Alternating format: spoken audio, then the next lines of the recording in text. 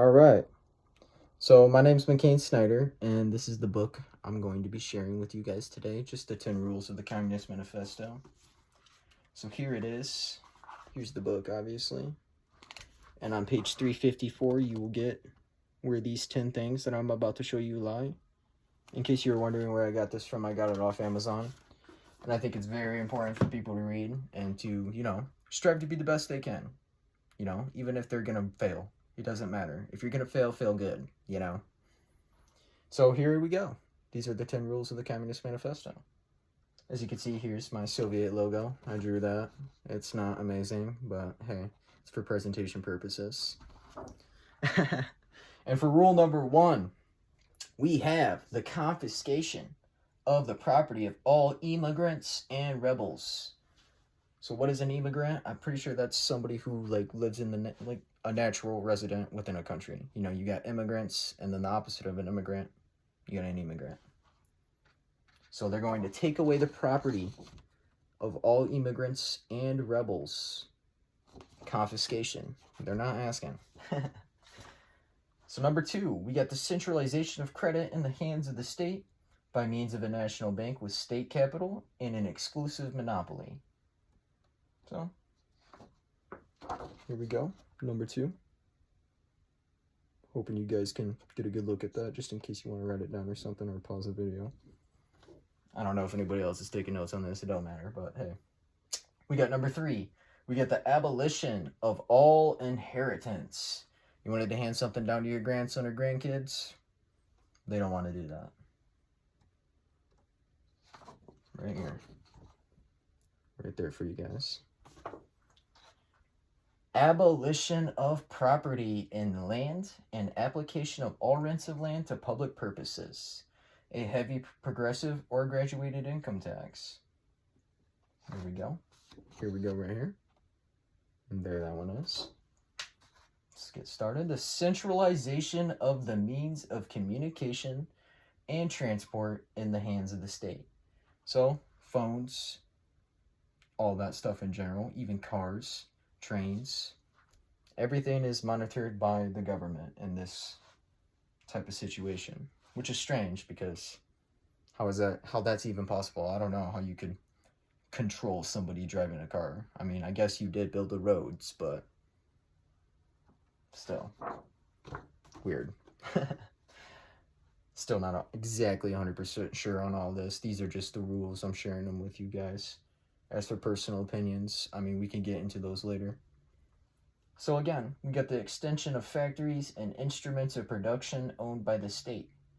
The bringing into cultivation of wastelands and improvement of the soil, generally in accordance with a common plan.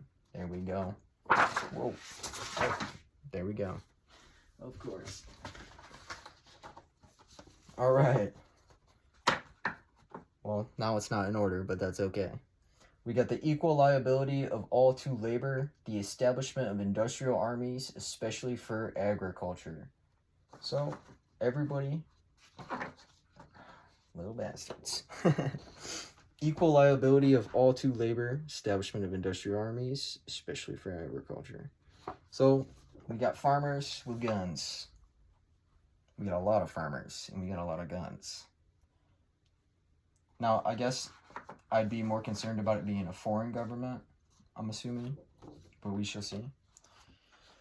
We got the combination of agriculture with manufacturing industries, gradual abolition of the distinction between town and country. So now you don't even get a town. You don't get a country. You don't get to identify as a Coldwater Cardinal or a Bronson Viking or a Quincy Oriole. None of the above.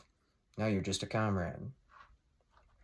We got the free education of all children in public schools.